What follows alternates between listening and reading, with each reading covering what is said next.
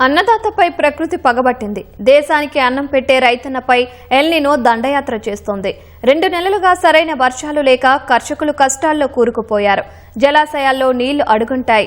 భూగర్భ జలాలు క్రమంగా పాతాళానికి పడిపోతున్నాయి. ఉమ్మడి మెదక్ జిల్లాలో ఎల్నినో విష పంజాపై ప్రత్యేక కథనం. రైతులకు ఏం లాభం సార్? పంట వర్షం పడలేదు, ఇత్తు లేవలేవు. ఇప్పుడు ఇంట్లో ఏం దిగుబడి లేదు సార్. మాకు కూలి చేసుకుందామంటే లేదు. ఓరి అది బీపీటీ ఏమంటున్నారు సార్, రోగం వస్తుంది దానికి. ఆ ఏరియా ఏమో బుక్ చేయాలంట సార్. అన్ని రైతులకు తక్లీఫ్ లేదు సార్. ఇది ఉమ్మడి మెదక్ జిల్లాలో సగటు రైతు దుస్థితి. సిద్దిపేట, సంగారెడ్డి, మెదక్ జిల్లాల పరిధిలో ఎల్నినో ప్రభావం స్పష్టంగా కనిపిస్తోంది. ఆశించిన స్థాయిలో వర్షాలు కురవలేదు. ప్రాజెక్టులు, రిజర్వాయర్లు, జలాశయాలు అడుగంటాయి. కాలువల్లో నీళ్లు లేక ఎడారిని తలపిస్తున్నాయి.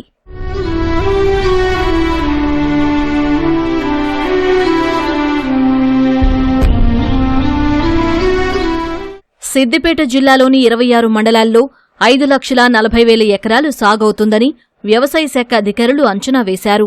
వరి సాగు భారీగా తగ్గించమని రైతులకు సూచించారు. ఆరుతడి పంటలు ఎక్కువగా వేసుకోమని సూచించారు. మెదక్ జిల్లాలో గత సీజన్లో 3,15,000 ఎకరాల్లో వరి వేయగా ఈసారి 40% మేర తగ్గించేలా చర్యలు తీసుకున్నారు. సంగారెడ్డి జిల్లా మిశ్రమ పంటలకు కేంద్రంగా ఉంటుంది. అత్యధికంగా పత్తి సాగు జరుగుతుంది. చెరకు కూడా ఎక్కువగానే పండిస్తారు. 2 నెలలుగా సరైన వర్షాలు లేక పత్తి పంటలో ఎదుగుదల లేకుండా పోయింది. బోర్ల నుంచి వచ్చే నీళ్లు తగ్గిపోయి వరి నార్లు పోసిన వాళ్లు, నాట్లు వేసిన రైతులు కష్టాల్లో చిక్కుకుపోయారు. పంటను కాపాడుకోవటానికి పలుచోట్ల ట్యాంకర్లతో నీళ్లందిస్తూ అష్టకష్టాలు పడుతున్నారు. పంటల పరిస్థితి ఏమంతా బాగోలేదని అన్నదాతలు ఆవేదన వ్యక్తం చేస్తున్నారు.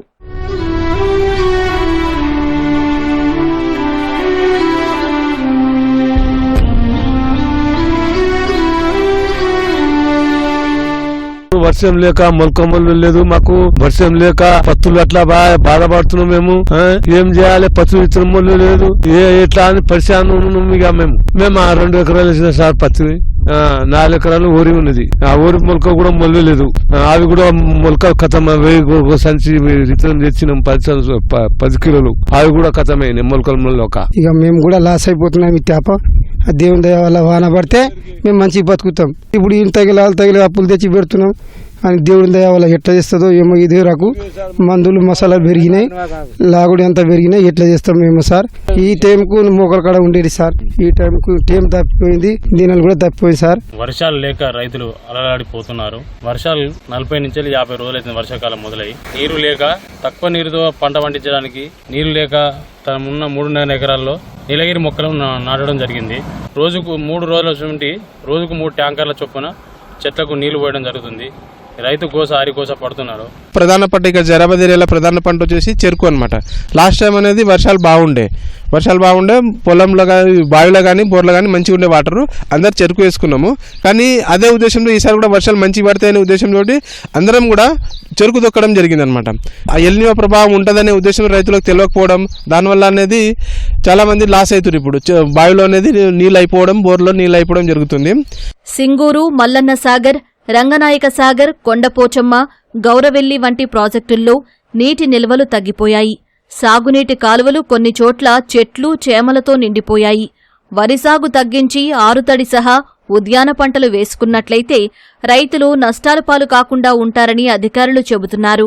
మన జిల్లాలో ఉన్న నల్లవాగ్ గాని, సింగూరు గాని దాదాపు ఎండిపోవడం జరిగింది. దాంట్లో ఓన్లీ తాగునీటికి తప్ప నీళ్లు లేవు. తర్వాత దీని వలన మనకు భూమిలో ముఖ్యంగా ఏదైతే చెరువుల్లో నీళ్లు లేవు, తర్వాత బోరుబావుల్లో కూడా ఇప్పటి వరకు ఏదైతే 2 కానీ 1.5 కానీ ఇంచి నీళ్లు పోస్తున్నాయో ఉన్నా కూడా రేపు వర్షపాతం ఈ జూన్ మాసంలో లేదు కాబట్టి తగ్గే అవకాశం ఉంది. కాబట్టి రైతు సోదరులు లాస్ట్ ఇయర్ వేసినట్లు కాకుండా వరిని దాదాపు అర్థం వేసుకోవాలని విజ్ఞప్తి చేస్తున్నాం. ముఖ్యంగా ఆగస్టు మాసంలో మనము నాటేసేదే పద్ధతి ఉంటుంది కాబట్టి అప్పట్లో నారు కొద్దిగా ముదిరే అవకాశం ఉంది కాబట్టి పైన కొసలు తుంచేయాలి. ఈ రైతు సోదరులందరినీ కూడా మేము కోరేది ఏంటంటే వరి పొలాలు వేసే వాళ్ళందరూ కూడా కూరగాయలు సాగు చేసినట్లయితే ఆ తొందరగా మనకు అంటే ఒక నెల 15 రోజుల్లో 1.5 months లో మనకు దిగుబడి వచ్చి ఆదాయం వస్తుంది. కాబట్టి ఉద్యాన శాఖ ద్వారా కావాల్సినటువంటి విత్తనాలు కానీ అవసరాలను కూడా మనం సబ్సిడీలో ఇవ్వడానికి అవకాశం ఉంటుంది. కాబట్టి ఎక్కువ విస్తీర్ణంలో కూరగాయలు సాగు చేసినట్లయితే డిమాండ్ కూడా మనకు కూరగాయలకు ఎప్పటికీ ఉంటుంది.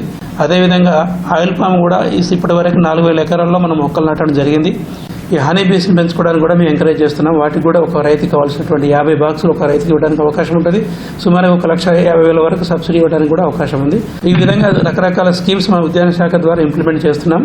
ఎల్నినో ఎఫెక్ట్ వల్ల మనం నిరాశపడకుండా ఉద్యాన శాఖ పంటలైనటువంటి కూరగాయలు కానీ పండ్ల తోటలు కానీ తర్వాత ఆయిల్ పామ్ పెంచుకున్నట్లయితే ఈ ఎల్నినో ఎఫెక్ట్ నుంచి మనం తప్పించుకోవడానికి అవకాశం ఉంటుందండి. ఆరుతడి పంటలకు రోగనిరోధక శక్తి ఎక్కువగా ఉంటుందని, ఎక్కువ మోతాదులో రసాయనాలు వినియోగించాల్సిన అవసరం ఉండదని శాస్త్రవేత్తలు చెబుతున్నారు. తక్కువ ఖర్చుతో ఎక్కువ లాభాలు పొందాలంటే పప్పు దినుసులు, చిరుధాన్యాలు ఉత్తమమైన మార్గమని తునికి కృషి విజ్ఞాన కేంద్రం శాస్త్రవేత్త శ్రీనివాస్ తెలిపారు.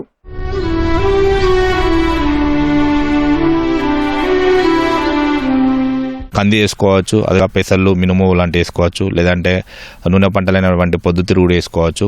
తక్కువ డ్యూరేషన్లో అయిపోయే పంటలు చూసుకున్నట్లయితే బెండ ఉంది. బెండ మనం వేసిన తర్వాత 35 రోజులకు కాతనే స్టార్ట్ అవుతుంది. అక్టోబర్లో బతుకమ్మ, అదేవిధంగా దసరా పండుగలు ఉన్నాయి. బంతి వేయడానికి ఇది సరైన సమయం. ఎందుకంటే బంతి నారు కనుక 20వ తారీఖు లోపు వేసుకున్నట్టయితే 20 నుంచి 25 లోపు వేసుకున్నట్టయితే నారు పోసుకుంటే బంతి నాటేసిన 60 రోజులకే పూలు వస్తుంది. ఈ పూలు అనేది మన బతుకమ్మ అదేవిధంగా దసరాకు అమ్ముకున్నట్టయితే రైతుకు మంచి ఆదాయం వచ్చే అవకాశం ఉంటుంది.